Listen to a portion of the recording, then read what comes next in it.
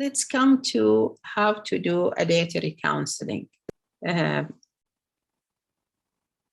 If you want to do a dietary counseling in your clinic, you need to consider some skills and tools to implement dietary counseling or do coaching for your patient. The most important thing is to build a good relationship with your patient. The second one is to assess the patient interest in doing a change. If he is not interested or he think that the change is not important for him, he will not take any step to do any change. So you need to know his or her view and interest to doing a certain change.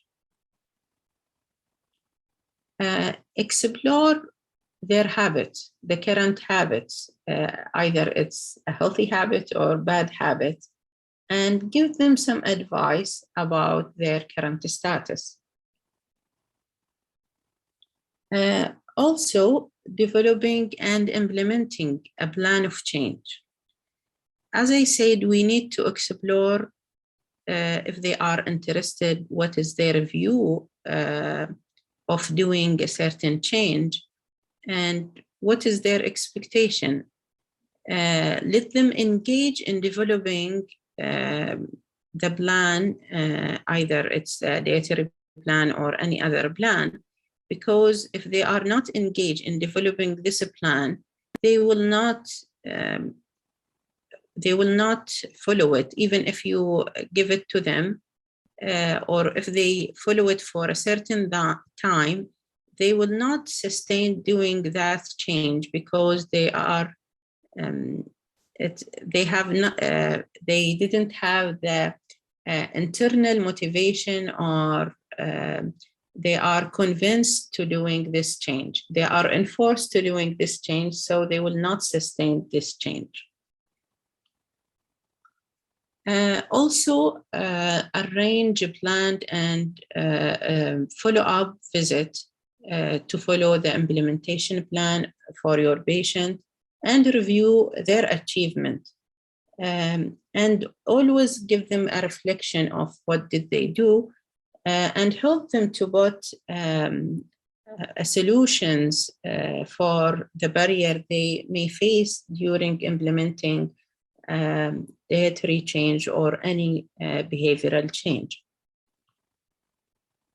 And always document the plan so you can back to it anytime you want to discuss it with your patient, because it will help you in the follow-up, and also to send them some reminder in the future.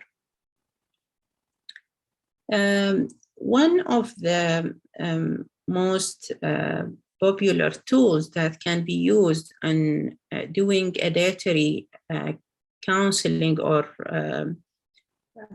any change behavioral counseling is using the 5A approach.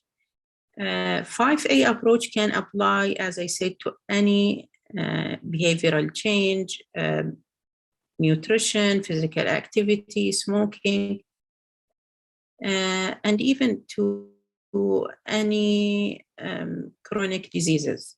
5A consistent of the first A is ask or assess. The second one is advise. Third A is agree, assist, and arrange.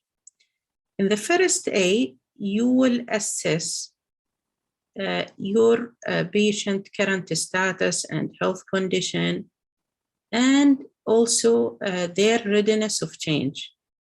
Are they ready to change or not? In which stage of change they are? Are they on the pre-contemplation, contemplation? Are they in a preparation phase or not? After you finishing from the first A and assessing your patient readiness of change, you will go to the second A, where you will advise your patient about their current status about the health benefit and risk of staying on the same behavior or doing a certain change. After that, also you need to give them an appropriate or lifestyle behavioral advice. After that, you need to agree with them if they are ready to start the change. Do they want to change? If yes, you will continue to the 4th A. But if not, you will go back to the advice, showing to them what are, again, the benefit and risk of doing the change or staying on the same behavior. If they agree to do a change, then you will assist them in the 4th A. You will assist them in putting a plan. As I said, we need to involve them in putting this plan so they have the motivation and the confidence, and also to have a sustained change, not only for a short period to have this change. So in assist, you will assist them in writing an action plan, putting a SMART goals that they can achieve and put short and long-term goals. Why I consistent in doing more on assessing and involving the patient.